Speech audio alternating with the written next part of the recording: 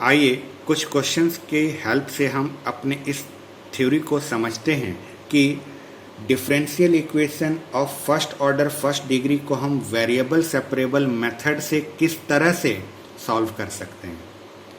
अभी कुछ दिनों तक हम केवल फर्स्ट ऑर्डर फर्स्ट डिग्री के डिफरेंशियल इक्वेशन को वेरिएबल सेपरेबल मेथड से ही सॉल्व करेंगे।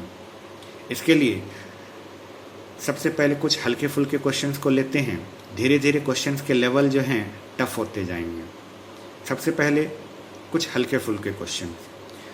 हमारा पहला क्वेश्चन है solve the differential equation dy upon dx is equal to x upon x square plus 1। ये हमारा डिफरेंशियल इक्वेशन पहले से गिवन है और इसे हमें सॉल्व करना है। किसी भी डिफरेंशियल इक्वेशन को सॉल्व करने के लिए जब आप वेरिएबल सेपरेबल मेथड यूज करेंगे तो वेरिएबल सेपरेबल मेथड में सिंपल सा चीज़ है इज इक्वल टू के पहले आपको सारे y के फंक्शन रखने हैं dy के साथ और इज इक्वल टू के बाद आपको सारे x के फंक्शन रखने हैं dx के साथ। और dy या dx दोनों में से कोई भी डिनोमिनेटर में नहीं रहना चाहिए। ना तो dy डिनोमिनेटर में आना चाहिए ना ही dx डिनोमिनेटर में आना चाहिए, क्योंकि सॉल्व किसी भी डिफरेंशियल इक्वेशन को सॉल्व करने का मतलब होता है कि आगे चल के उसे आप इंटीग्रेट करने वाले हैं। डिफरेंशियल इक्वेशन को सॉल्व करने का मतलब है कि आप आगे चलकर उसे इंटीग्रेट करने वाले हैं और इंटीग्रेट करते समय dy हो या dx हो डिनोमिनेटर में नहीं रहेगा। इन सारी चीज़ों को ध्यान से समझिए और इन सब बातों को ध्यान में रखते हुए हम इस क्वेश्चन को सॉल्व करते हैं। हमारा जो इक्वेशन था dy by d x is equal to x upon x square plus 1।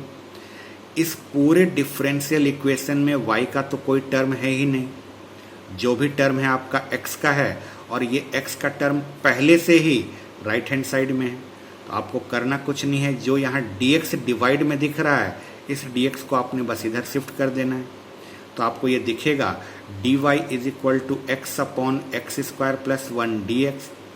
अब इसे आप इंटीग्रेट कर दीजिए। इंटीग्रेट जैसे ही आप करेंगे तो आपका ये इंटीग्रेशन का साइन लग जाएगा। इंटीग्रेशन dy कितना होगा, y होगा, लेकिन इसे जब आप इंटीग्रेट करने चलेंगे तो ये डायरेक्ट एक स्टेप में इंटीग्रेट नहीं हो पाएगा। अब यहाँ पर बहुत ज़रूरी है कि आप इंडेफिनिट इंटीग्रेशन चैप्टर में जितने भी मेथड्स आपने सीखे हैं उन सभी मेथड्स का यूज करके आप अपने इस फंक्शन को इंटीग्रेट करें। इसे इंटीग्रेट करने के लिए हमें एक्स स्क्वायर प्लस 1 को टी लेट करना पड़ेगा। एक्स स्क्वायर प्लस 1 को जब टी लेट करेंगे तो आपने इंडेफिनिट इंटीग्रेशन में इसे अच्छे से पढ़ा हुआ है कि जब कभी भी हम किसी को टी लेट करते हैं तो अगले लाइन में उसे डिफ्रेंशिएट करते हैं और डिफ्रेंशिएट करके हम dx की वैल्यू फाइंड आउट करते हैं।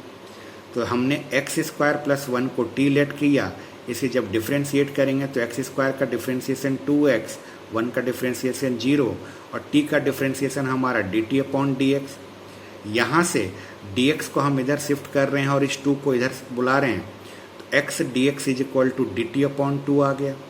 देखिए x और dx नज़र आया, इस x dx की जगह हमारा dt बाई 2 आ जाएगा और एक्स स्क्वायर प्लस 1 की जगह पर t आ जाएगा। अब हमारा यही इक्वेशन जो है कुछ इस तरह से फॉर्म हो जाएगा। Integration dy, integration right hand side की बात करें तो x dx की जगह पर dt अपॉन 2 है और एक्स स्क्वायर प्लस 1 की जगह पर t है, तो ये 1 बाई टी है। dy को जब आप इंटीग्रेट करेंगे तो इसका इंटीग्रेशन आएगा y और यहाँ से 1 बाई 2 जो था कांस्टेंट था बाहर निकल गया। 1 बाई टी का इंटीग्रेशन log t होगा। log t में t की आपको वैल्यू पुट कर देनी है। t आपने किसको लेट किया था, एक्स स्क्वायर प्लस 1 को लेट किया था, तो t की जगह आपने एक्स स्क्वायर प्लस 1 पुट कर दिया। और चूँकि आप इंटीग्रेट कर रहे हैं तो इंटीग्रेट में आपने पूरे के पूरे इंडेफिनिट इंटीग्रेशन में एक आर्बिट्री कांस्टेंट लगाया था, वही आर्बिट्री कांस्टेंट आप यहाँ पर भी लगाएंगे। अब आपके मन में ये सवाल उठ रहा होगा कि इंटीग्रेट तो हमने दो साइड में किया है, इंटीग्रेट अगर दो साइड में किया है तो आर्बिट्री कांस्टेंट एक साइड में क्यों लगा रहे हैं। एक्चुअल में होता क्या है कि इधर भी हमारा एक कांस्टेंट रहता है, इधर भी एक कांस्टेंट आता है। दोनों कांस्टेंट को आपस में जब हम मिलाकर सॉल्व करेंगे तो हमारा फाइनल आंसर एक ही कांस्टेंट आएगा, और उस कांस्टेंट को हम जनरली राइट हैंड साइड में ही लिखते हैं। तो ये जो C लिखा गया है कांस्टेंट, ये दोनों साइड के कांस्टेंट को सॉल्व करके लिखा गया है। आपको दोनों साइड में लिखने की ज़रूरत बिल्कुल भी नहीं है। आप y वाले साइड में यानी लेफ्ट हैंड साइड में जब इंटीग्रेट करेंगे तो इधर कांस्टेंट नहीं लगाना है, आपको कांस्टेंट सिर्फ राइट हैंड साइड में लगाना है। इस बात का आप ध्यान रखें। वैल्यू पुट करने के बाद आपके पास आ गया y is equal to 1/2 log mod में x² + 1 + c, और यही जो है आपका उस डिफरेंशियल इक्वेशन का सॉल्यूशन है।